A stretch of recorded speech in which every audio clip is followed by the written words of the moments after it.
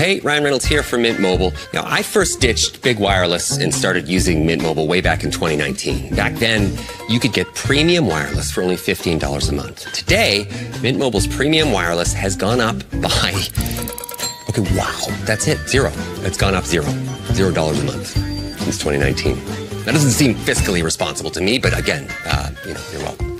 And I'm not an accountant. Hate math, always hated math. True story, I was in math 10A when I was in 12th grade. Being amazing is uncomplicated with Tiege Hanley's simplified skincare system. Here's how it works. Go to Tiege.com, pick your system, and get handsome. 3 simple steps. Wash, scrub, and moisturize. It's that simple. Guys, go to Tiege.com and get started today.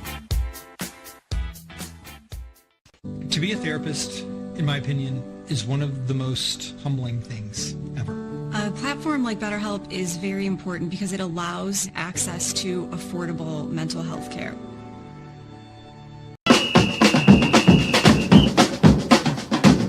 Who that say they gon' beat them say? Who that? Who that? Who that say they gon' beat them say? Who that? Who that? Who that say they gon' beat them say? Who that?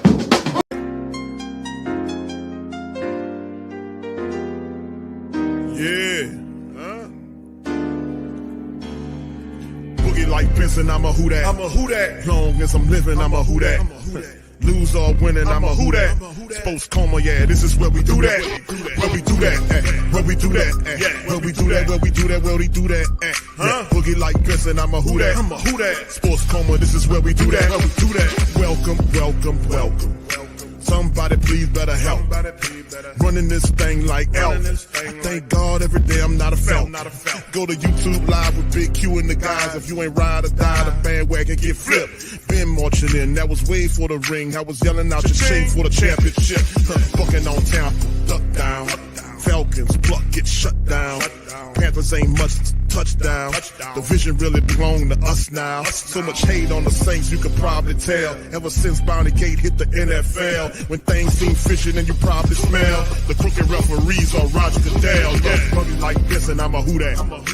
Every day I'm living, I'm a who that. Lose or winning, I'm a who that. It's the sports coma, this is where we do that. Where we do that, where we do that, where we do that, where we do that, where we do that. Boogie like this and I'm a who that. It's the sports coma, this is where we do that. You're listening to the Sports Coma with Big Q and the guys on the PRO Media Network.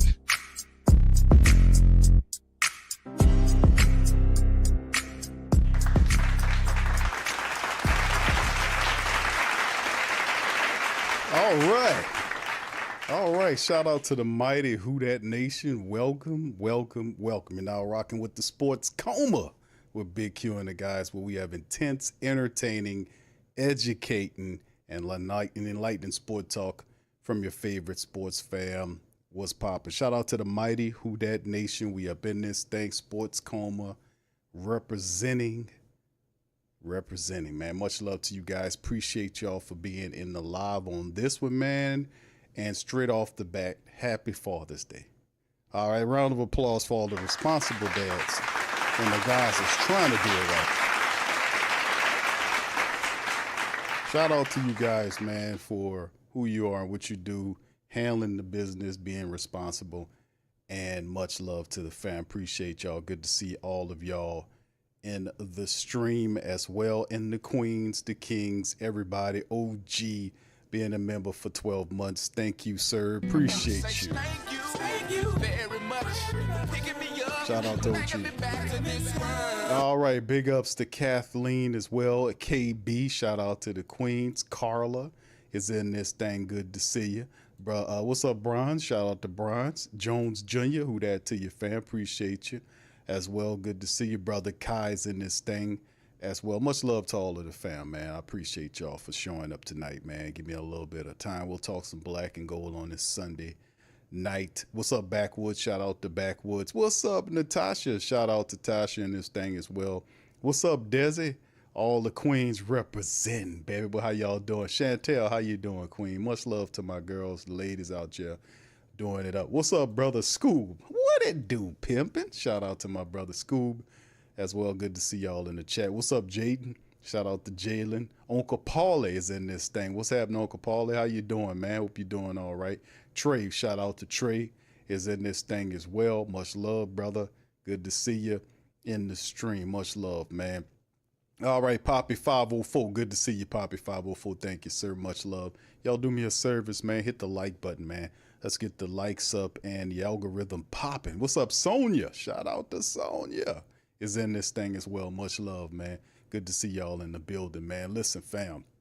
Of course, a few days ago, maybe a handful of days ago, a few days ago, more than a few days now, Saints made some moves, man. They did the little 2-day mini camp situation. They kind of cut it short on the second day, but we seen some footage, was able to see how they look. And they are definitely, in my opinion, headed in the right direction. I don't think this will be an instant thing, but I do think finally the Saints are headed in the correct direction that they should be going in. I know a lot of people probably feel the same way, that at some point we were supposed to do this and kind of start again and stop trying to piecemeal this thing together. So we got a couple of young quarterbacks, and just like we said about the Spencer Rattler thing, that Spencer Rattler was going to give the rookie quarterback Tyler Shuck everything he can have. I know Tyler's supposed to be the appointed, the anointed guy with the new staff, but in the end, Spencer Rattler saying, "Hey man, I'm not here to be your backup. I'm not here to kind of hoist you up. I'm here to I'm here to take the job. I'm here to take the job from you, baby." And not having a veteran quarterback ahead of this too, Spencer Rattler a year in. Tyler still have to learn the game, so Spencer does have a leg up on him. And we seen how he looked. We know he was about the business this offseason, being at camp training. He's serious. And let me tell you something, he got a real shot at this thing. A real shot at it. So either way, I think it'll be a really good quarterback competition between these guys. I think it'd probably be the best of the competitions in training camp. Obviously the most high of the most well-lit one, or the one that'll be highlighted the most, right? All right, what's up, Tangeray T? Shout out to you. Salute to you. Appreciate you as well. Much love, fam. Appreciate you for stopping by as well. Much love to all you guys. What's up, Reginald? Shout out to Reggie. All right, be great, Josh. Shout out to you, fam. I see you, man. Appreciate you. See Bama. What's up, baby? All right, happy Father's Day to you, fam, as well. Good to see you as well. Yes, indeed. So, I mean, at the end of the day, that's one of the things that I feel really good about, and seeing some of these guys. But this is what I wanted to focus on this side of the broadcast. For the Saints to kind of have success, we know they signed Cam Akers. You guys know they're well aware. The Saints inked a Cam Akers to a 1-year deal. And the reason being is because they need that. Is if the Saints are going to have any success coming up in this upcoming year, it has to be through the running attack, offensively speaking, because you have an inexperienced quarterback, either Spencer or Tyler, who's a rookie. It's going to be some inexperienced stuff going on at the quarterback position. So the best way we can help out our young signal callers is by fortifying as much as we can do around them. Case in point, building the offensive line. We've seen how they looked, and seeing all of those guys together in camp at the same time was pretty good. To see some of these guys cut their hair, Cam blinded out his hair. You've seen Tyrann Mathieu do his thing as well. And it's always a revigoration as we get ready, because these are the foundation pieces, as you will, being laid for what should be an interesting season for the Saints. Now, whether you see the Saints as a 3-game team, a 3-game winning team, or a 7+ or 8+ game winning team this upcoming season, any success that the Saints are going to have has to be through the running attack. So getting a guy like Cam Akers, and we know he dealt with some injuries, but if you can put him together in a competent running room, man, listen, this will be a very good move. A lot of people see Cam Akers as a hell of a running back prior to the injury he has, but he's not a featured back anymore, right? We know that. He's not a featured back, but he's good in a group setting, which is what we have here. Even though we see Elvin as a featured back, the Saints don't really feature Elvin like that, do they? Because At one point, we knew Coach Payton was using his abilities, but these last few offensive coordinators, we don't use Elvin as imaginative as we could. Like, we can decoy him, we can move him out to wide receiver, we can use him as a vestige to open up opportunities for other running backs, and this type of stuff that we can consider actually doing if we have that imagination. Does Kellen Moore have that? I'm pretty sure he does. He has a lot of stuff that he wants to do with the running backs. You've seen some ideas with Jawan Johnson and screen actions and doing the screen action, stuff like that. It's going to be interesting to say the least. But the Cam thing, man, get him in 5 year. He's a 5-year veteran, split time with the Texans, the Vikings, 444 yards rushing. Not much to talk about, but he was an excellent running back, a 3rd round draft pick guy there, young talent. But he'll be thrown in the mix with the rest of these guys, and I just think this is a good mix. And it'll create competition in the running back room come time for the big camp to kick in. So, like I said, this guy's a Super Bowl guy, you know, with the Rams, with their championship run, was effective in the postseasons, doing a lot of work there. And the dude's going to be with the Saints for 1 year. So I like this. I like this pickup by the Saints because obviously he will help you where it counts in the running back room. And if we take a look at the depth chart right here, fam, as you can see right here on screen, the running back room is going to be very important. You see AK-41 right here. Kendre Miller, who is also someone we'll be keeping an eye on because a question mark. If you look at the running back room, the top 5 there, if you look at the 5 running backs there in their running back room, AK-41's 1, Kendre Miller, Devin Neal, Clyde Edwards-Helaire, Cam Akers is thrown in the mix. And then you got a lot of inexperienced guys like Xavier Valladay, Velus Jones Jr., who could possibly catch on as a returner. That's his value in Marcus Yarns, who's a very good undrafted running back.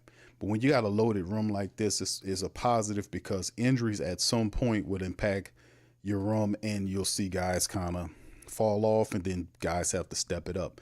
So, you know, this is a good room, a good young room. But Kendre Miller definitely has to step up at that number 2 position. Devin Neal and guys like Cam Akers and these guys will be on his back. So like I said, this is a year, and we already heard what Kellen Moore said about, you know, this is a clean slate for Kendre Miller because the Possum had this weird thing where he would kind of pinpoint the man and he would talk about this, that, and the third with Kendre Miller, put him on the injury list and he wasn't even injured, just do all kind of rotten stuff, but didn't do anything to the other guys who were also as injured as Kendre Miller. Wouldn't do a damn thing. How about that other guy who can't seem to stay healthy on the offensive line, Nick Saldiveri? Why they wasn't rolling him up and throwing this kind of stuff to him, you know? So, I mean, and anyway, that guy Miller has, even as banged up as he is, he even played a hell of a lot more than Nick Saldiveri ever did. Matter of fact, isn't Nick Saldiveri hurt right now? So, I mean, it just doesn't stop. But the point is, with the running back room, fam, Kellen Moore coming here, he knows that for the Saints to have success, that's the number one thing they got to focus on. Let me share this graphic with y'all, fam. This is one of the things, kind of share this graphic with y'all about this. And this is the Saints 24-25 season rushing stats versus the Eagles 24-25 season. It's a comparison. And as you compare the two, you can see exactly what we're talking about here, what Philly did, which helped them hoist themselves to the next level, which helped them get to the Super Bowl. Man, they were menacing. This was the second best team in the NFL in running the football, and they did it masterfully. Barkley was excellent, and that's what they did. They ranked second in the NFL. They averaged 5 yards a carry. You can see the attempts right there, and they ran averaged 179 yards per game. They had 29 rushing touchdowns. So you look at that and you contrast that versus what the Saints did. You got over 3,000 rushing yards. The Saints just over 1,900. Saints were middle of the pack in the rushing attack last year and averaged 4.5, almost 4.5 yards per carry at 115 per game, and not 29, but almost half of the touchdowns at 15.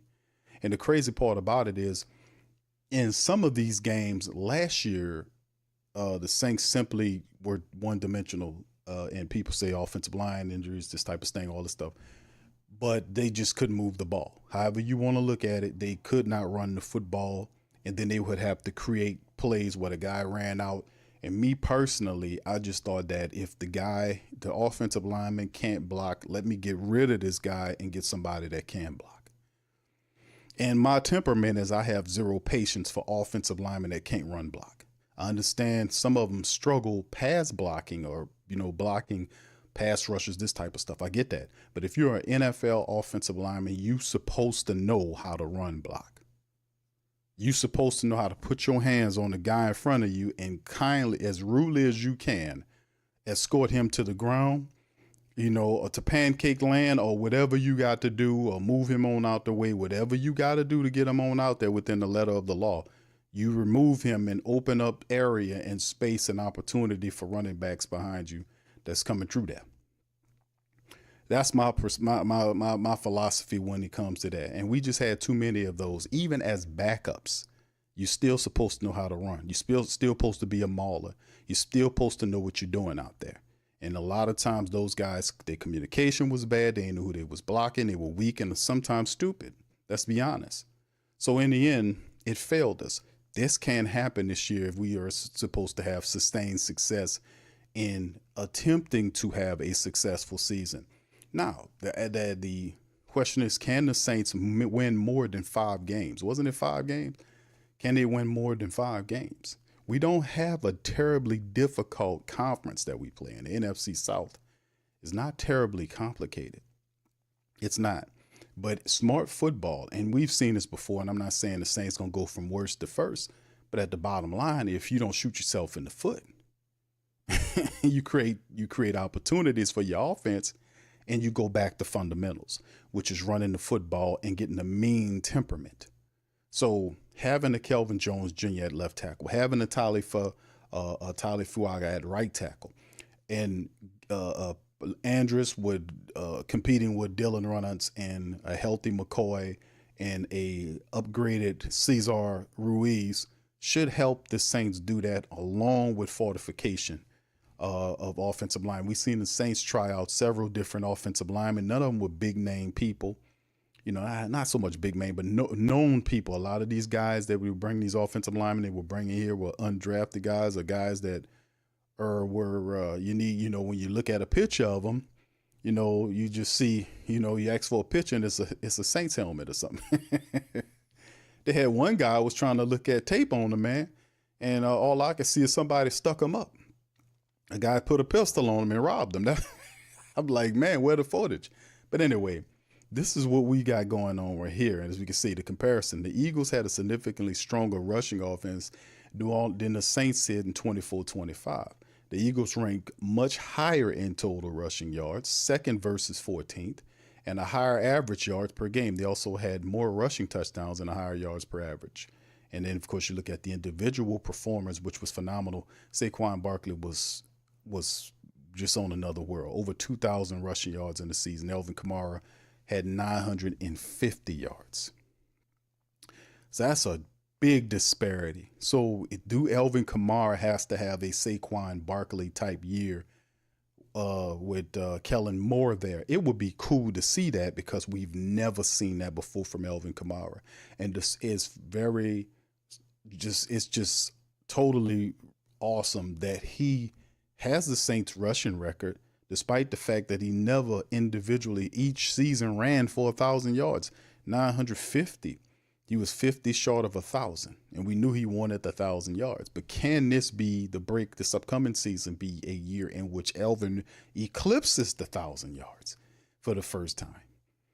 That would be so awesome. I just hope we can get him there, but the health is a part of it, but getting him in with a healthy rushing attack and being able to utilize him, because he's a well-tuned athlete, which you can move him around this, that, and the third, and always in the best physical shape, right? If they had a game right now, Alvin Kamara could play in the game. That's what he is. He's always ready to play football.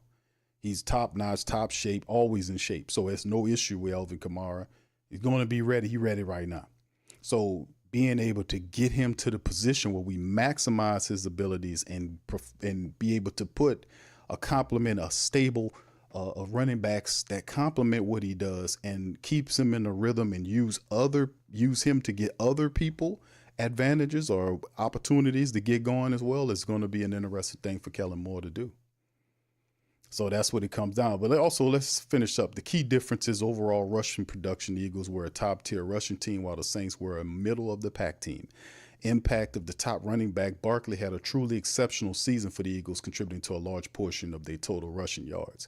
The Eagles scored significantly more rush towns than the Saints. In summary, the Eagles had much more production and So it's pretty much with the Super Bowl run that the Eagles had outside, offensively speaking, and we know Jalen Hurts had a decent year. It wasn't a knockdown, drag-out year. He was kind of banged up. He wasn't quite himself. He kind of got better late on in the season and this type of stuff, and it picked up for him. But while that was going on, and they was trying to figure it out, there from the passing perspective, the rushing attack was doing this type of stuff. So it's very possible that the Saints, with this line, this offensive line, we just had the unofficial depth chart on the screen, and you can see if the Saints can do something like we talked about the offensive line here. Kevin Banks Jr. At the left tackle, Penning or Dylan Reynolds, whoever wins it, McCoy, Cesar Ruiz, and Tali Fuaga is a interesting line, because pretty much that's all the first-round draft picks, and as well as McCoy, who was a second-round pick when he got drafted. But at the same time, like I said, very interesting line. I like that line, but we have to fortify more of it. We just too much inexperience in the backups behind our the top guys. We know Dylan Reynolds is going to be there, whoever wins that job, if it's Trevor or whether it's Dylan Reynolds. But outside of that, Will Clapp at the center position, smart center, not as physical as McCoy, but is serviceable. Then, of course, Nick Saldiveri can't be counted on. He's never healthy. Landon Young, I just don't have any faith in Landon Young. He kind of flittered away the last couple of years of being here. Josh Ball, Easton Kilty, Kyle Hergel, Torricelli, Simpkins, and Josiah Zahim, these guys are unproven guys. They have talent, but they're unproven. So we'll see what that looks like going forward, because perhaps one of these men can step forward. But I do like my veterans. We had the free agent list about veterans or offensive linemen that's still available, and there's at least a couple of them that the Saints can bring in to help out in that respect, right? So very interesting. So the staple going into it, that's that I think it should be in terms of the running attack. Because like I said, you look at this, the Saints have done a pretty decent job of having talent to put around our young signal callers, whether it's Spencer or it's Tyler. The running back room is very good to think about. I mean, to be honest with you, with Akers being added to, Devin Neal, Kendre Miller, Elvin as the starter. Don't forget Clyde Edwards-Helaire is there. Very good. The wide receivers is also an interesting look. We know Bub Means looking to step up, Kevin Austin Jr. These guys are young guys that's looking to maybe be the second wave of wide receivers we need. Donovan Peoples-Jones is a guy that a lot of people are keeping a lookout to in the wide receiver room. And then Dante Pettis had a decent year insofar as him being seen. Mason Tipton fell off toward the end, but can he kind of redeem himself with his speed and that sort of thing? We'll see. But in the end, young offense, it does have talent. The tight end room is very interesting. Jawan Johnson getting a fat contract. We know Taysom's not going to be ready right away. We know Foster, they're saying training camp. Maliki Mutavo is an interesting player for them. Jack Stahl was a guy they picked up. Dalen Hawker, could he be ready to contribute? So the offense is a lot more inexperienced, right, than our defense. I ain't gonna tell you the same thing. If we were moving with the same impact or the same force that the defense is moving in, right, with those guys looking at veterans to help out there, bringing in people, this sort of thing, very interesting. So it could switch and change. We still have a lot of time. It's still 80-something games before we get to some of the moments of the offseason that started to build up to crescendo to get ready for the fall season of football. So at the same time, man, we're gonna be we're gonna be maintaining and watching this whole thing, right? Gonna be very interesting. All right, let's keep it moving, fam. And we talked about the state of the quarterback position. Kellen Moore said he likes what he's seen between the guys. We do realize Spencer Rattler, like I made mention of it to start the broadcast off about Spencer Rattler being a guy that a lot of people see that he's ahead of Tyler Shuck. No surprise there. Like I said, this is a good position for Tyler to be in. Big quarterback. I like what I've seen from him playing, standing tall in the pocket.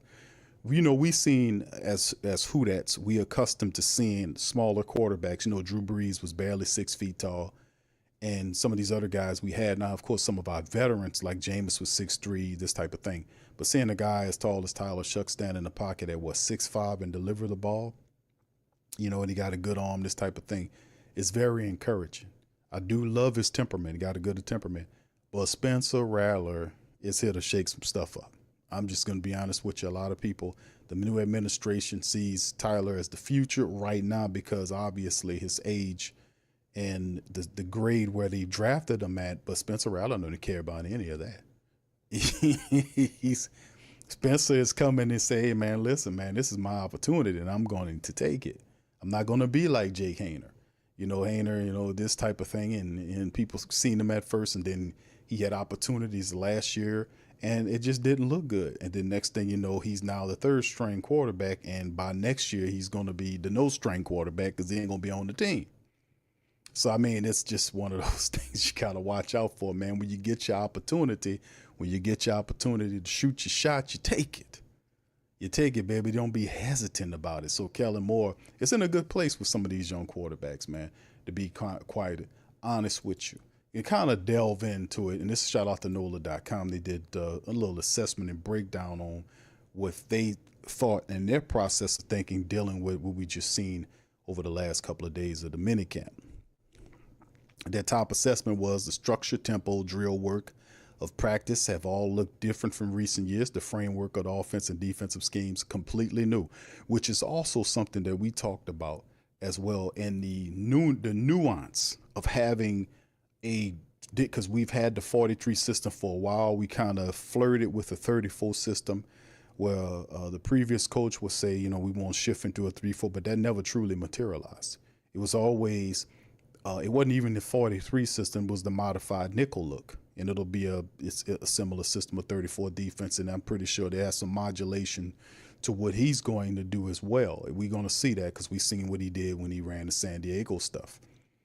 But in the end, everything that changes is just the newness, the nuance of everything. The young quarterbacks, the all this kind of stuff, the shuffling of the offensive line, the moving from 43 to the 34 defense, the changing of certain players like Granderson and Chase Young to linebackers, right? The shaking up and addition of guys like Vernon Brockton in the draft and all these other young guys to come in to kind of help out with what they're doing. And you got guys like Brian Bresee ready to take the next step.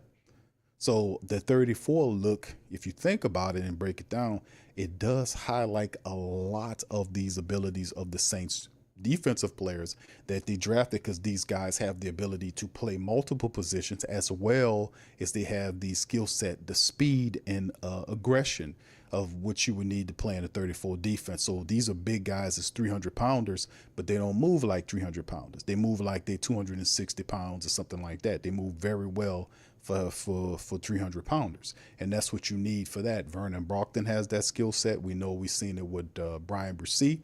And it's going to be fun watching these guys do what they do. But the article says whether it means good it's up in the air. New Orleans also certainly will go into the 2025 season with lower outside expectation that it has done in some time. And we realize that, so it's an easiness to a degree of just sitting back and watching the Saints develop into what they're supposed to be. Now, if we have the having an inexperienced quarterback, means something, because they're gonna have to learn. We understand that. We as the Who Dat Nation expect you to, if you have an inexperienced player, they got to learn. We understand that. We can tolerate that, but we don't want bad football. Now you might make some mistakes, but you make mistakes and learn. You make mistakes and grow. If you're making mistakes, that's one thing, but you still supposed to be able to, as a responsible team that's looking to improve, not only just learn from your mistakes, but also your energy, your effort in this endeavor. Like you fighting your ass off, you might just not know, but you still in there competing or giving a hellified effort.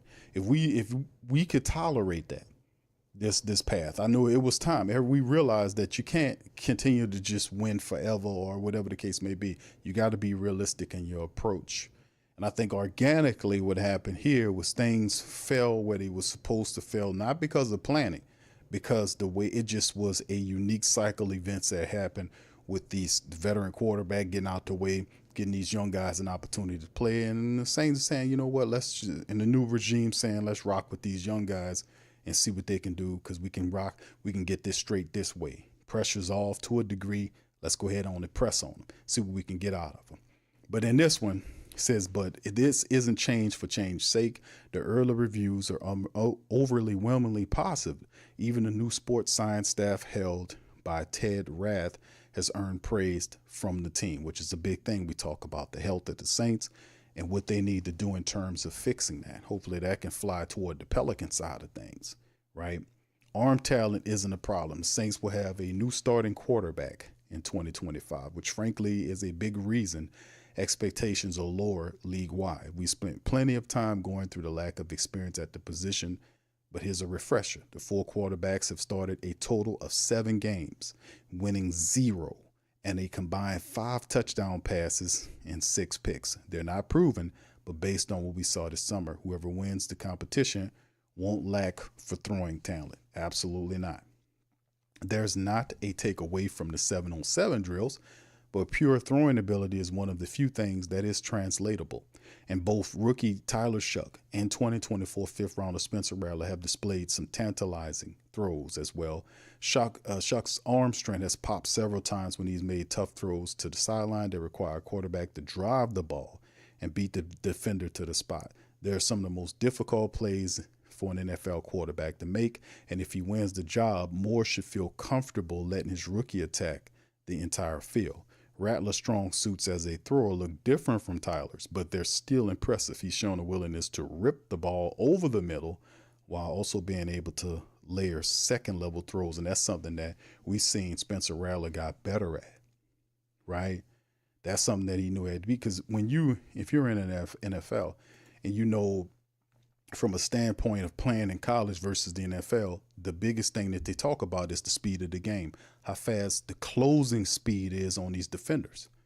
Like you thinking when you're in college and you put that ball, that you rip that ball right there, that should be enough time for your wide receiver to get it before you see the defensive back see it and try to break on it.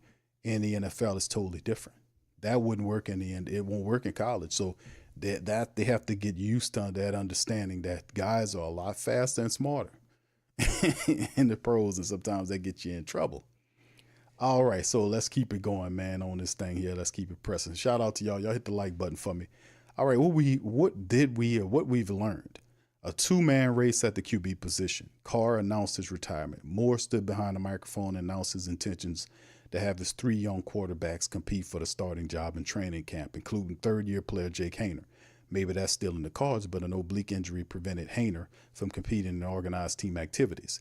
He was back on the field for minicamp, and the Saints certainly could have been forcing him to take it easy by limiting his reps in those position drills. But he says this felt like a 2-man competition, because it is.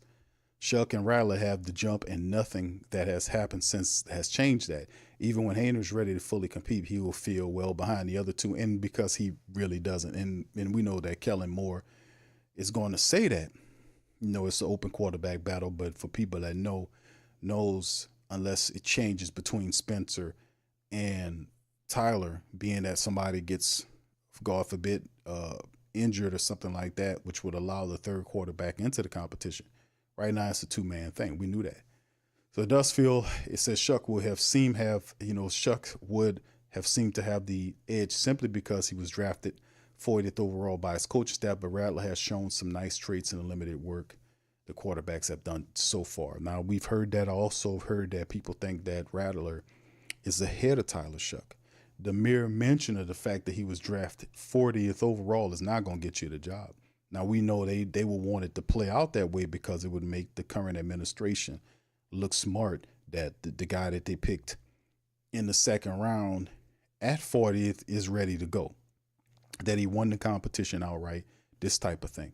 Well, it's not. That's Spencer Rattler is going to fight for that job. He's not here to be a backup to Tyler Shuck. This is just what it's going to be, and it'll be fun watching this. All right, to be determined. Will the trenches be better? The New Orleans invested in offense and defensive fronts this offseason, using 2 of the top 3 picks on linemen, Kelvin Banks Jr.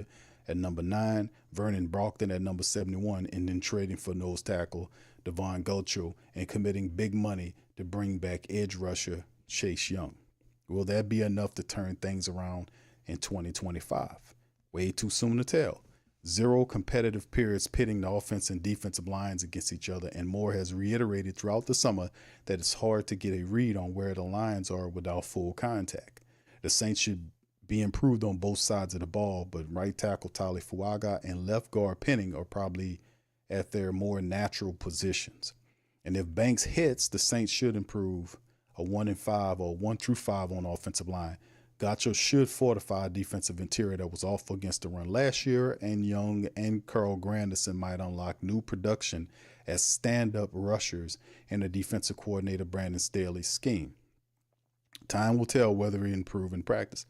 I got to say, if you watch some of the footage of Carl Grandison and Chase Young, how he's moving around, making plays and doing the things that he's doing, I think that the reformation has lit a spark in Chase Young. And you talk about it, they both have the athletic ability to do that. So it's going to be fun watching them. Now, our brother Devon that they traded for from New England, that's going to be a very big move for the Saints, because number one, he should be the starting nose tackle there for Coach Staley's system. And he's not a big name player. Now, he played at LSU, but this is the thing. And what I've made mention of this before, that a lot of people are kind of overlooking this guy. I caution you not to overlook him at all. If you go and watch the tape, especially just in particular, the New England tape that he produced last year, you can go back a little further if you like, but this year, just to keep it simple, how he played, how many snaps he played. He was always on the field. He commanded the double team. He has a constant motor, and he's available. He doesn't miss many games. High motor, strong, violent player that's consistent, that loves playing that position, that nose tackle position. Because if you're that guy in the 34 defense on the line, and like we talk about the linebacker look, but the 3 up front linemen, that's huge. Those guys have to be incredibly disruptive, especially the nose tackle. The nose tackle cannot be single block. He must command a double team all the time. All the time. He has to command a double team. And if you go and watch the tape on him, you'll realize the reason why the Saints traded for him. So it's going to be very interesting. We don't often talk about that, but I'm going to just keep it honest and real with you, fam. That was a hell of a pickup, to be honest with you. All right. Thank you, Marvin. Says Q, how long will it take for you to play our video cleanup with this team? You said the cleanup out of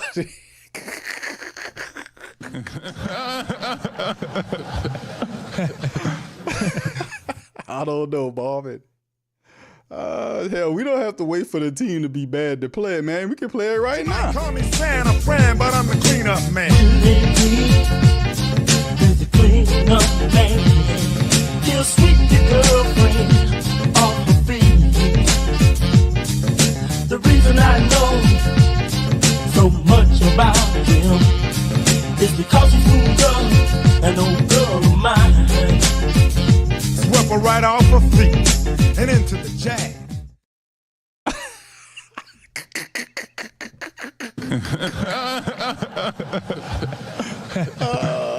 y'all seen Zion boogieing, boy? Zion was boogieing up in there, boy. Zion had the not the Versace, but the Sasashi. He was doing the thing, boy. Zion was cutting the rug on that one. All right, shout out to you, Marvin. Thank you, bro. Thank you very much. Picking me up, bringing me back to this world. All right, shout out to Pammy, man. My girl Pammy Whammy. Shout out to the Queen. She in the building. Member for 34 months. Thank you very much. Picking me up, bringing me back to this world. Oh man, yeah, that's pretty good, man. See, Marvin, we don't have to wait for the Saints to be bad to play the cleanup, man. We play that anytime we want, my brother. So it's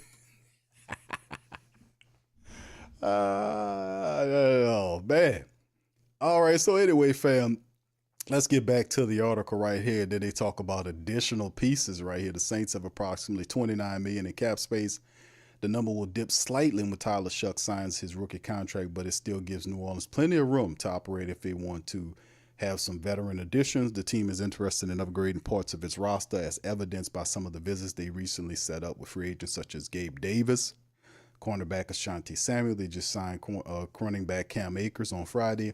And there are some big names on the free agent market, though the Saints' chances of landing someone like a receiver Keenan Allen or a pass rusher like Zadarius Smith probably aren't great if they're competing against a team that is seen as a legitimate Super Bowl contender.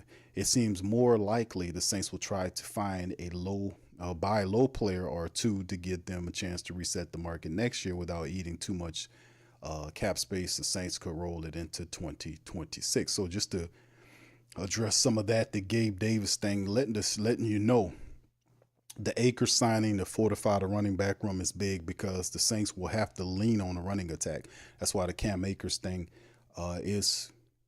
should be looked at as not big news, but a very solid signing, to be honest with you.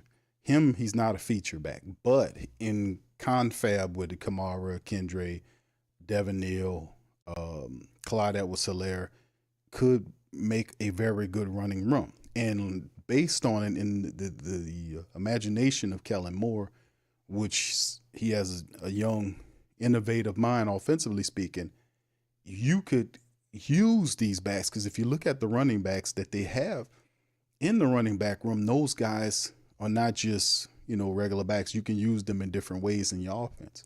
Hell, some of those guys could be placed as wide receivers. Like I said, it's just a very imaginative room of the top four guys. So that's interesting. The Gabe Davis thing. Gabe Davis is a guy with good speed. He catches the ball. That would be a solid signing if they did make Gabe Davis there. But Keenan, it could be seen as Keenan Allen is a guy that's still out there on the block. Last time I checked, I don't think he signed with anybody, but his ties to Kellen Moore, could this be something that, the Saints could have? So it just showed you them looking at Gabe Davis and Ashanti Samuel, meaning as we get down to the big camp, we're going to see more of this type of stuff happen. So the Saints definitely need some more help in the wide receiver room and the cornerback room, if you ask me. So anyway, that's a good game right there. Shout out to Tom Picayune for what they did on that. And of course, let's keep it moving on the Chris Olave thing. Chris Olave set the record straight on the Saints trade rumors. Shout out to Kyle T. Mosley, the Saints News Network. We've seen some of this with what Chris Olave was saying over the course of all season. Saints, the trade scenario of him popped up, and I was kind of putting it down. I was kind of pouring cold water on it because, to me, unless the man was demanding to be traded, it made no sense for his name to keep popping up in trade demands. And you see what I'm saying? And from what I know, Chris Olave didn't want to go nowhere. And you heard what he said, that he wants to be here for, what he said, forever or for a long time, something to that degree. Because if you get the proper wide receiver, like the Saints had the right idea. Getting Chris Olave and giving them the slot man, Rashid Shaheed, those guys are phenomenal together. But you do need a big physical wide receiver to complement those guys. We need to put them in their proper roles. We can't have them out of roles. I do appreciate the fact that the Saints are going for a speed look, because there's many different applications that you can use with all this speed. If you got if you got Cooks, if You got Rashid Shaheed. You got Chris Olave. You got bigger wide receivers. Perhaps the Saints see one of these unsung wide receivers as guys that eventually will become something. But you go and look at Gabe Davis, let me know that you ain't done looking at wide receivers. Could Gabe Davis be a guy that could be here? He could be a big help.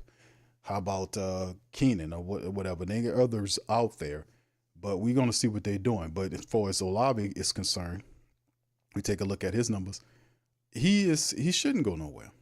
And they asked him about the concussions, all this stuff. And I had to keep telling people, I'm like, hey, listen, nobody go out here and go to the concussion store and buy it. It just doesn't work like that. You know, it just was it's unfortunate.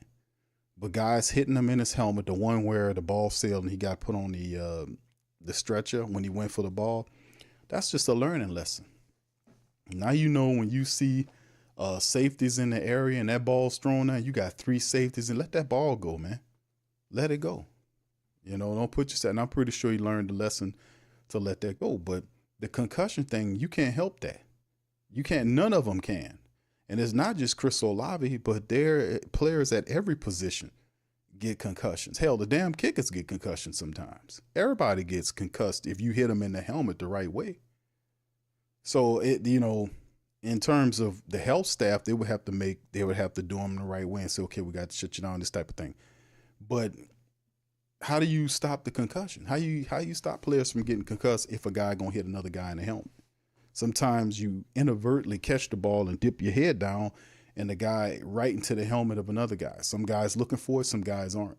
But there's no way for you to prevent that unless they have some padded helmet. Now, in terms of wearing the rubber foam or whatever it is that they encase on the helmet, I know we've seen several players have this helmet skin. Y'all seen it before? Put one in the chat if you've seen the helmet skin where you pull it down. You see it during the practice. It's not this old looking rubbery thing, but it looks more because you see the practice one, right, where it's brown and you just put it on there. But there's a actual game day edition one where you kind of put it over the helmet and it, you know, you can see something on top of the helmet, and that's supposed to reduce, you know, the blow to the head. But they're supposed to still be working on concussion helmets. I don't know what the NFL is doing. Maybe the helmets are expensive or whatever the case is, but they are supposed to be working on concussion-proof helmets. That's a huge market that they're supposed to be investigating. But if I was Chris Olave and this was a phenomenon that kept happening to me, I would definitely invest in one of those things. I put 2 of them on top of that bitch. It'd be looking crazy. Be looking like a spinning top, but at the end of the day, man, ain't nothing touching you. So I mean, you can't help that. You just got to do the best you can do to protect yourself, because sometimes you're not looking for it and it just happens. But his numbers are phenomenal, man. We know that.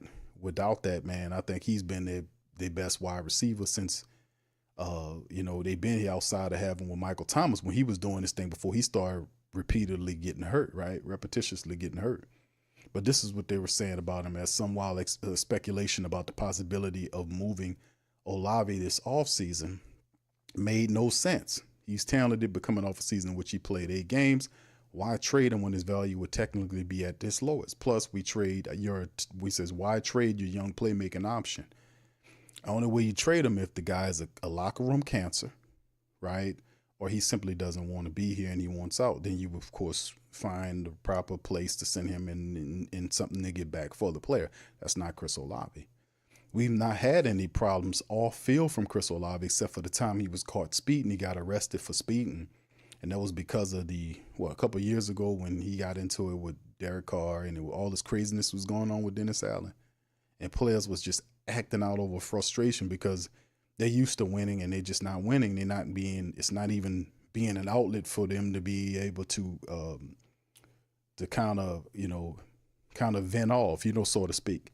So the frustration was there, but he's not a guy that's even a off court or off field issue type person. He's not a bad news type player.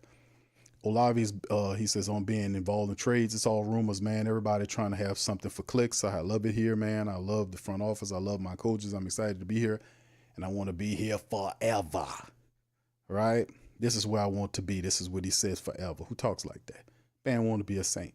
He's not going anywhere. Expect to see him on the field week 1 against the Arizona Cardinals. So, indeed, the whole thing with Chris Olave, like I said, Q would about this, that, and the third, with his contract is coming up. The Saints not worrying about that. Chris Olave wants to sign with the Saints. The Saints will give him a contract. Saints ain't tripping on that money. Even when they didn't have it, they wasn't tripping on it. Now that they get a lot of money back from the Derek Carr debacle, they're not tripping on that money, fam. They'll give Chris Olave that contract. Like I said, you got to make sure we have our players in the proper roles, too. That's another thing that we got to focus on as well. All right, so anyway, fam, that's what I got, man, right there, man. Shout out to y'all, man. And of course, man, let me play a little of Kellen Moore. This is from him, a couple of days ago. He was kind of talking about minicamp and his thoughts on minicamp. I ain't going to play all of this, but y'all feel free to get your questions ready. If you got any questions, please feel free to throw them in the chat, and I'll answer them. Here's Kellen Moore. Before golf and spent some time as a team, so it's been awesome. Kellen, can you just tell us everything you felt like you were able to accomplish during this offseason, and also how important it was to intersperse some of these outings with it to kind of get the guys those team bonding experiences away from the field? Yeah, I think it's really important to build on a solid foundation. And so that foundation is really built around people first and foremost. And so we certainly spent a lot of this time trying to find different avenues and opportunities for all of us to connect and spend time, whether it be an outing of paintball or golf or a community service event, all the other things that they do in between that. We spent a lot of time investing in that. And I think that's really, really important as you build a team. You got to connect everyone. And so we started there. Built a really good foundation in the weight room. I thought Ted and that group did a phenomenal job of just building on a really good foundation of just creating really good habits in there. They worked their tails off, and I feel like we saw a lot of growth in the weight room from a lot of our guys, whether it be from a weight training or a speed proponent. There's a lot of different growth there, and so that was really good. And then once we got to the football aspect in phase 2. It's really about building a foundation from a schematic standpoint and really focusing on the fundamentals, the details, and building the sound foundation for us from a scheme perspective. And so I feel like we're there. And, the main objective moving forward is to just continue to keep growing and keep building through training camp. So, Kellen, to be clear, I was Hunter the choice for the 3. Jawan was the offensive captain. And he chose Hunter. And so after we had a little offense versus defense 3-point challenge, the offense won, and we doubled the ante and gave Hunter a shot. If he made it, practice was over. So he made it. He had confidence. He let it go. And he's got a little high school basketball in his background, so no one was surprised. So if he had missed, you would have just practiced as normal? There might have been a few more shot opportunities, hopefully. I'm really glad it was the first guy that made it, and we didn't even have to go down that road. And Kellen, what can you say you've learned about your team so far? I think it's a really connected team. They work really, really hard. And I think that's one of the big aspects of this is we're creating habits during the offseason. Schematically, some of what you can do during the OTAs has some limitations, and that's okay. We're building on a really good foundation. I think our habits are where we want them. Kellen, as you balance the team building and the bonding off the field versus what's going on the field, like would today have been a day off no matter what, or is it just because you felt so good about how things have gone to this point that you felt like you could do this, or is that all equal pieces of the puzzle? We felt as our offseason program progressed that we were really doing. I thought our players were just doing an outstanding job of what they're doing, their workload, their ability to compete, and so as it went, certainly we felt like this. As long as it stayed in the same trend line, this is going to be a great opportunity for us just to finish off camp this way. Look, Kellen, the collective bargaining agreement obviously limits what you can do in practice time. Does that make it difficult? I mean, is it a hard decision to give up one of those practice times? No, I think a lot of teams, I don't think we're one of the unique teams. I think there's a number of teams that kind of provide these different opportunities for teams. There's a lot of different ways you can view. Obviously there's the football aspect of the offseason, which is very important. There's the weight room aspect, and then there's the connection. And once we get to training camp, there's a lot of physical work ahead. But these are always great opportunities for us just to connect. It's interesting, man, because like I said, man, originally I wasn't really that much impressed with Kellen Moore, and but I did respect how his offense ran with Philly.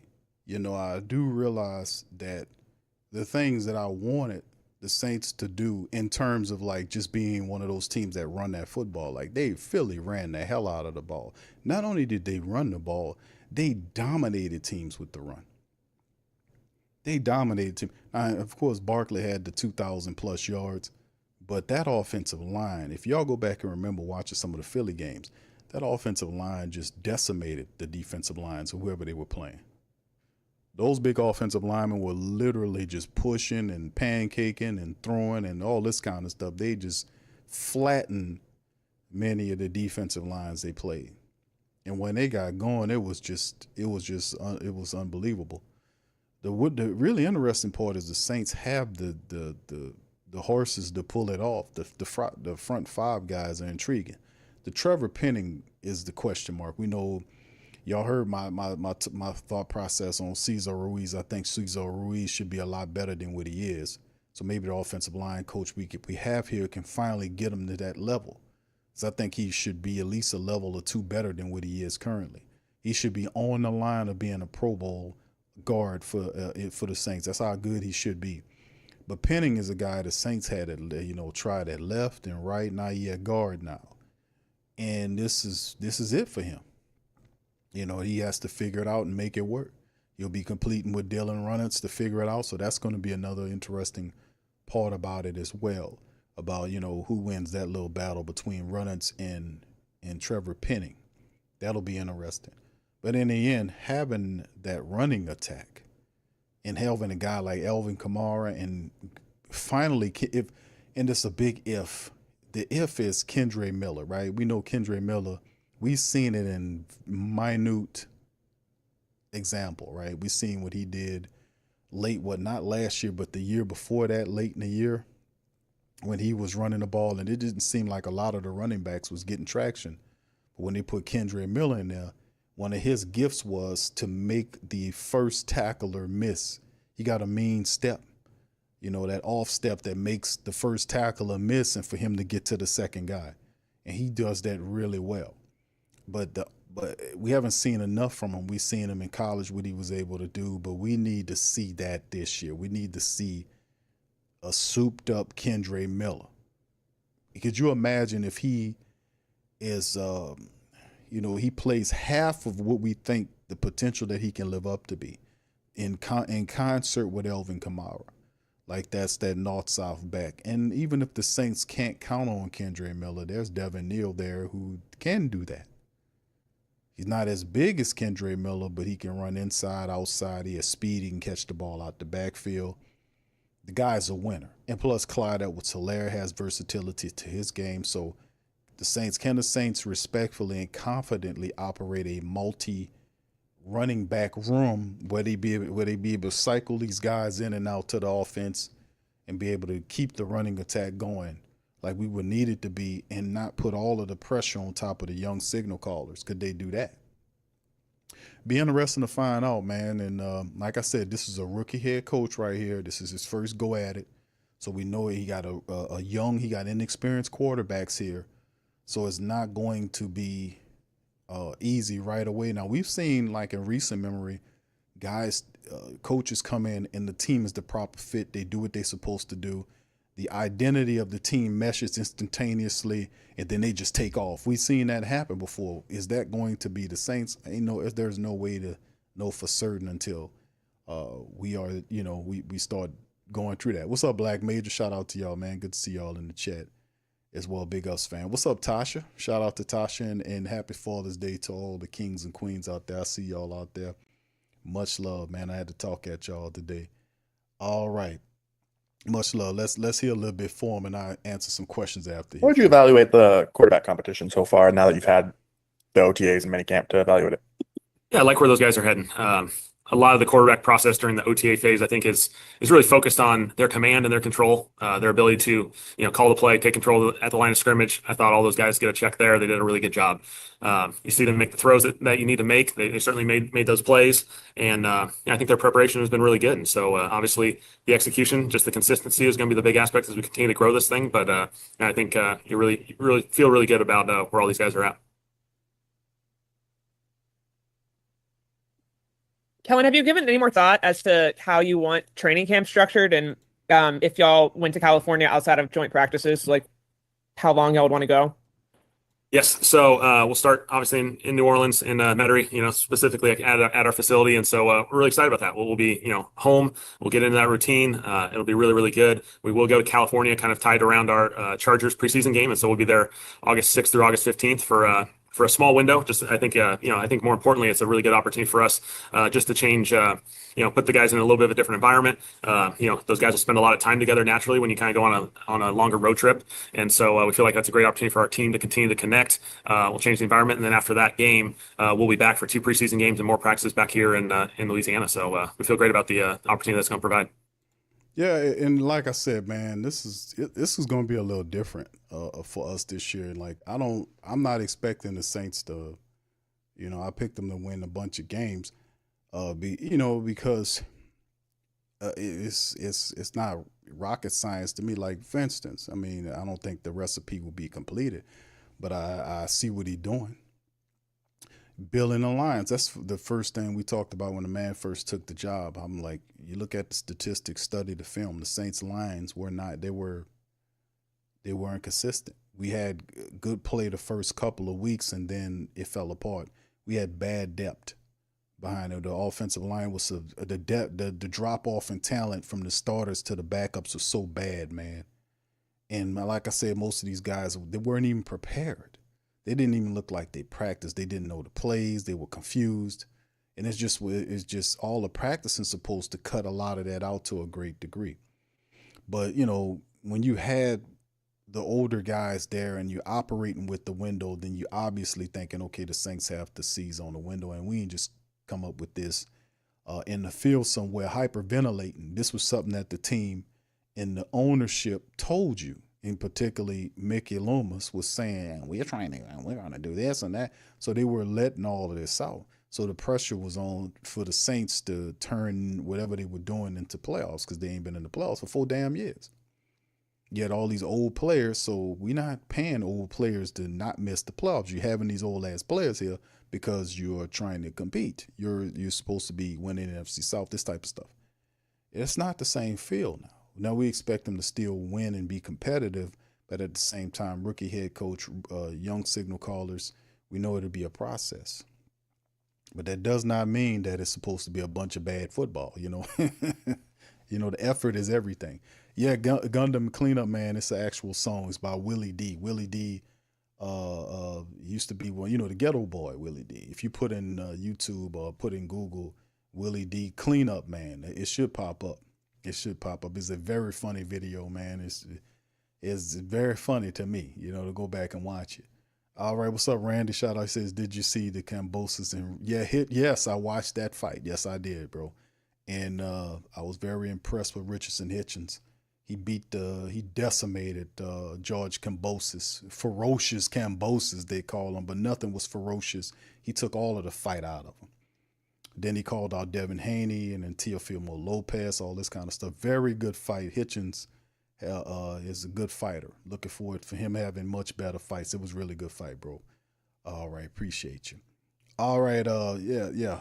Chris, Uncle Paulie says Chris Olave has to stay healthy to have a big season. He got to get it done. Indeed, bro. Indeed. JT, what's up, brother? Good to see JT in the building as well. Shout out to you, bro. All right, Tangeray says we can become a wild card team if we stay healthy and consistent all season long. Perhaps everything's possible, right? Yes, indeed. I mean, if the running attack, that's the keys to success to not just us, but any NFL team, is that if you could run the football consistently and stop the run and don't shoot yourself in the foot with turnovers and get them to turn the ball over and shorten fields for your offense, that's a recipe for you winning games to get you where you belong. That's what it comes down to. But also, this is not a total young team. We still got Tyrann Mathieu, Cam Jordan, Demario Davis on defense, and we got young people on offense. Now, how do we subvert, or how do we get past having young signal quarters or inexperienced guys at the key position of the football team? How do we get past that if there is a way? Well, the answer is the running attack. You got to run the ball and play defense. Special teams getting positions to kick field goals, they got to hit them. Also, the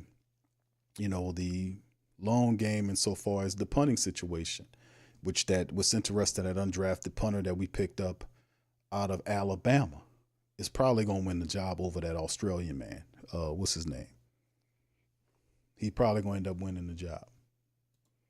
barring injury. But I think that's also something a lot of people ain't. We know Blake Grupe is going to be good, but James Burnip, who a lot of people thought Burnip should have been drafted, and the Saints picked up James Burnip from Alabama, and he will battle Matt Hayball for that position, and Burnip probably will win that job.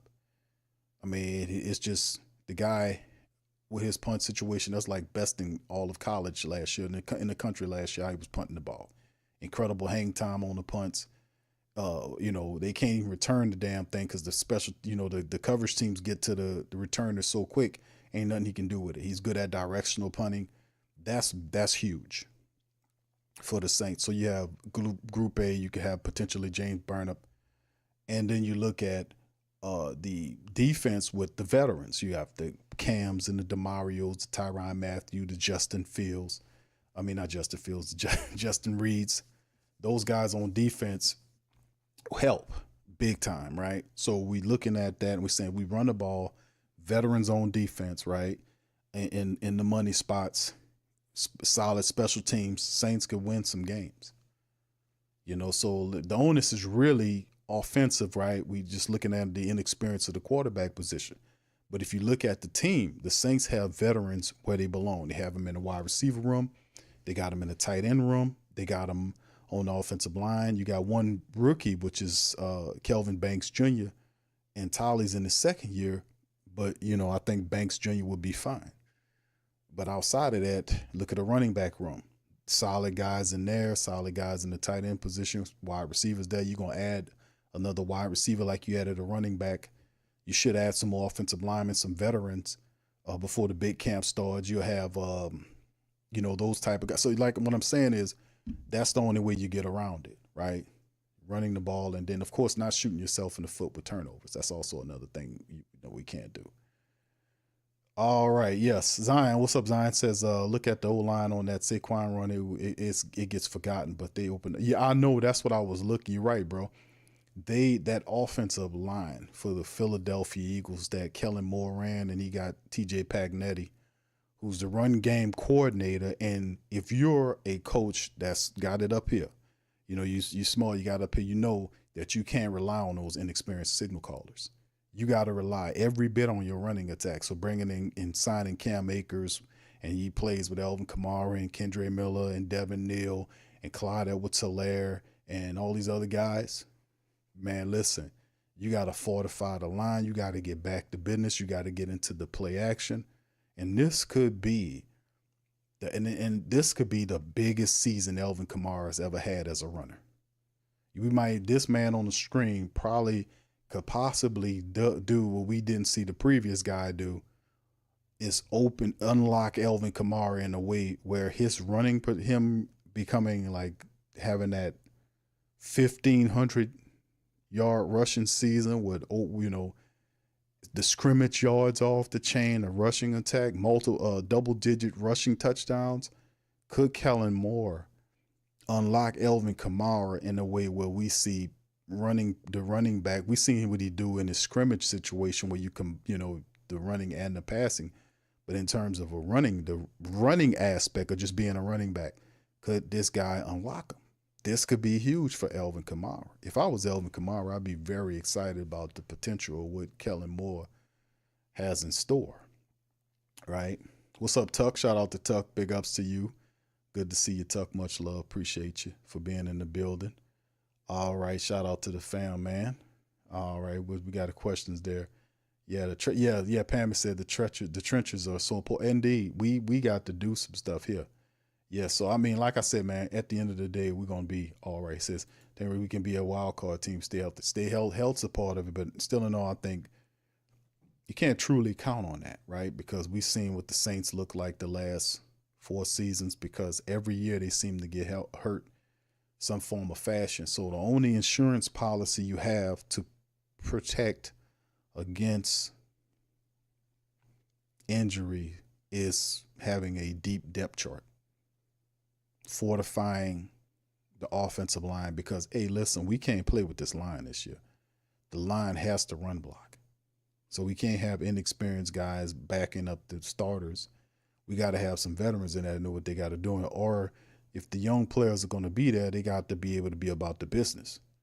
We got to be about the business. We can't have guys in there get up in there and don't know what to do. It's just the running attack is just too important, right? All right, what's up? All right, yeah, thank you, Tuck. Shout out to you. What's up, Ro? Shout out to Ro. Much love, fam. Appreciate you. What's up, Muse? Shout out to Muse. Good to see you in the chat as well, Queen. If y'all got any questions, please feel free to throw them in the building. Throw them in the chat. Here go, Kelly. Will you guys go back to Irvine for the part that's not the Chargers? Yes. Yeah, and for all that, we have a preseason game with the Chargers, but other than that, we'll be practicing, similar to last year's routine at UCI. But then the Chargers also have a facility, so will you guys go over there, or are they coming to? We're just doing the preseason game with those guys. So okay, so there's not any joint practices. Got it. Yep. Is there anything you want your players to take through this stretch? Being prepared, keeping in shape, that sort of thing. Yeah, we talked a lot about that in our team meeting today. Just as far as you just got to keep building. I think that's the biggest thing. Is there's certainly growth opportunities throughout this entire summer. You want to recharge. You want to get to have the opportunity to spend some family time and all the good things that come with a little bit of a summer break. But from a physical standpoint, these guys got to keep building, keep getting better. They got to spend some time from a football perspective preparing themselves so that when we hit training camp, we're just continuing to build. We're not going back to step one and rebuilding this thing from the beginning of OTAs. We are continuing to build, and that's when you got to take big leaps and bounds when you continue to grow each and every day. Kevin, you get a chance to enjoy some of this too, or are you gonna be so locked in on just trying to continue what you've already started? For the summer? Yeah. Yeah, it'll be great. Yeah, definitely. I haven't had much of a break, from last season to this season so far, and so looking forward to a little bit of family time. Obviously, it'll be good for us just to recharge as a family and spend a few days and have a few trips here and there. Kellen, this might be a dumb question, but I was just curious from watching. Is there strategy behind choosing not to wear helmets during all your walkthrough sessions? Part of that is just to avoid the physical components, because naturally when you have a helmet on, there's a comfort level in the physicality that I can maybe do things that we don't need in those settings. And so we just take the helmets off just to create an environment that, make sure everyone's on the same page, that it's a teaching phase as opposed to a competitive phase. It also does a good job of cutting them concussions down too, just in accidental helmet hit button, right? Chuck the other day was saying how part of the reason he's comfortable in a competition like this is because he's been through it in college a lot. I was wondering if you could kind of tell that, what have you noticed from his poise and how he's approaching this thing? Yeah, I would say for all of our quarterbacks, they've all been through adversity in some way, and so that's one of the attractive pieces to all of these guys is they face some adversity, they face some competition, they've had to deal with the ups and downs of those circumstances through their college careers, and so all four of them have been in those situations, and I think that's a real positive that they know how to handle these situations. And hey, everyone wants to play, everyone wants to be out there on Sundays as a starting quarterback in the NFL. That's every quarterback's goal and dream, and that should be it. Ultimately, one's going to play. These guys understand that aspect of it, but I love the interaction that these guys are all in it together. They're helping each other, they're coaching each other, they're talking through it. Those things just add up to a really special group. Yeah, and that's the thing too. It's a good energy with the team here. And we know that Tyler Shuck and Spencer Rattler are not, even though they're competing for the same job, they're very respectful of each other. So I mean, that's a good thing as well. And of course, when you if you teaching somebody something, what you teaching them, the process of you teaching them helps it reinforce it. It reinforces it in you as well. So the teaching process not only helps the teacher, but it also helps the student. So I mean, this is a very positive thing, no matter how you look at it in terms of the quarterback position. And I just think that will be pretty cool watching that whole thing play out the way it's going to be. So anyway, man, that's going to cut it in for the show, man. Listen, man, I appreciate y'all for stopping by on this one, man. But listen, big part of it for the Black and Gold, success for the Black and Gold going into the 26 season is the fact that the New Orleans Saints have to be able to run the ball and play defense, force turnovers, and have solid special teams play to kind of absorb the inexperience of the quarterback position, whether it's Spencer or Tyler operating there. So this is what it simply is. The fact that the schedule is also very agreeable toward the Saints, and the fact that the Saints doesn't have any cold games. Late on in the year, I think the coldest game they got is going to Tennessee to play Cam Moore and them. So I mean, the bye week is positioned correctly. So I mean, the schedule is incredibly agreeable for the Saints, and the added benefit of people picking the Saints to be the worst team in the NFL totally takes the pressure off from a national standpoint of what the Saints are supposed to be and do. You know, so they can simply grow organically as opposed to be, you know, trying to force something that's not sustainable. So in the end, it's all a positive because this is where you're supposed to be anyway, and you're going to steal some wins for people who think you like that. And I'm going to tell you, the Saints going to sucker punch the hell out of most of these people that think the Saints are a bad team. When Staley's defense gets together, that Staley defense is going to be mean, man. The Saints know that. The running attack, investing in the running back room and adding to the defense. The Saints added people to the defensive line. They added reinforcement for the older players we have, and they're still looking for help in the secondary. The Justin Reed signing was off the chain. They're going to improve the special teams. So solid play from the defense. That Staley defense is going to be not rocked out, rock'em sock'em type action. You know, like I said, Saints going to sucker punch the hell out of a lot of teams thinking they bad. This, like I said, this is going to be interesting, man.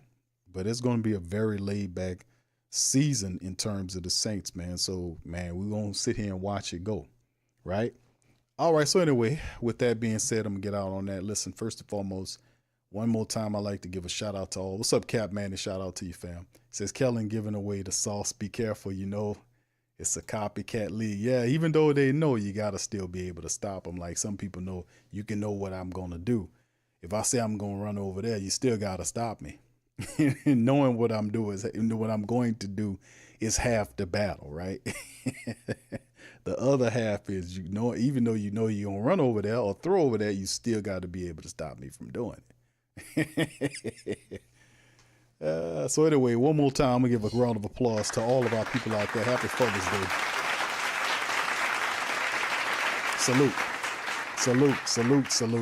Happy Father's Day to all of my family members out there in the Great Saint Think Tank and the mighty Who Dat Nation, man. Glad to talk to y'all on this show. We'll return on Monday, man, to kind of get at you guys some more, man, and talk about some more news, man, and notes in the Black and Gold Nation. So with that being said, I'm going to get out on that. I appreciate y'all. Y'all keep your heads up. Have a fantastic start of y'all week. Much love and Who Dat to you. Peace. Yeah. Boogie like Benson, I'm a Who Dat. I'm a Who Dat. Long as I'm living, I'm a Who Dat. Lose or winning, I'm a Who Dat. Sports coma, yeah, this is where we do that. Where we do that, where we do that, where we do that, where we do that, where we do that. Boogie like Benson, I'm a Who Dat. I'm a Who Dat. Sports coma, this is where we do that. Where we do that. Welcome. Somebody please better help. Running this thing like Elf. I thank God every day I'm not a felt. Go to YouTube Live with Big Q and the guys. If you ain't ride or die, the bandwagon get flipped. Been marching in, that was way for the ring. I was yelling out your shame for the championship. Bucking on town, duck down. Falcons, pluck, get shut down. Panthers ain't much touchdown. The vision really belong to us now. So much hate on the Saints, you could probably tell. Ever since Bounty Gate hit the NFL, when things seem fishy and you probably smell the crooked referees on Roger Goodell. Yeah, money like this and I'm a Who Dat. Every day I'm living, I'm a Who Dat. Lose or winning, I'm a Who Dat. It's the sports coma, this is where we do that. Where we do that, where we do that, where we do that, where we do that, where we do that. Boogie like this and I'm a Who Dat. It's the sports coma, this is where we do that. You're listening to the Sports Coma with Big Q and the guys on the PRO Media Network.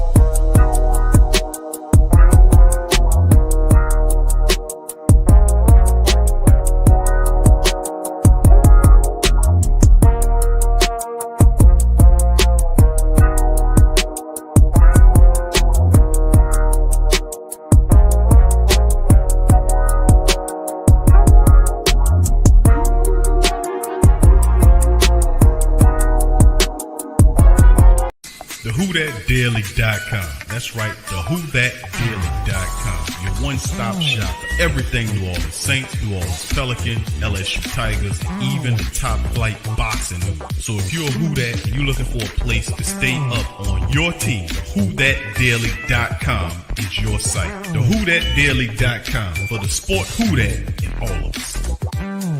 That's right, the Pro Shop is the platform store where you can go and buy all the latest merch to support the platform. Available at the Pro Shops, we have dozens of hundreds of products available for you and your family. Unisex tees for men and women, hoodies and sweatshirts, tank tops, kids and baby items, long sleeve tees, mugs, pillows, wall art, bath bedding, face masks, phone cases, stickers, bags, fanny packs, socks, hats, and many other items. Please feel free to check out the Pro Shops. The link is in the description section below. And remember, it helps the platform continue to grow. Check out the Pro Shop and Who Dat. Hey, Ryan Reynolds here for Mint Mobile. I first ditched big wireless and started using Mint Mobile way back in 2019. Back then, you could get premium wireless for only $15 a month. Today, Mint Mobile's premium wireless has gone up by...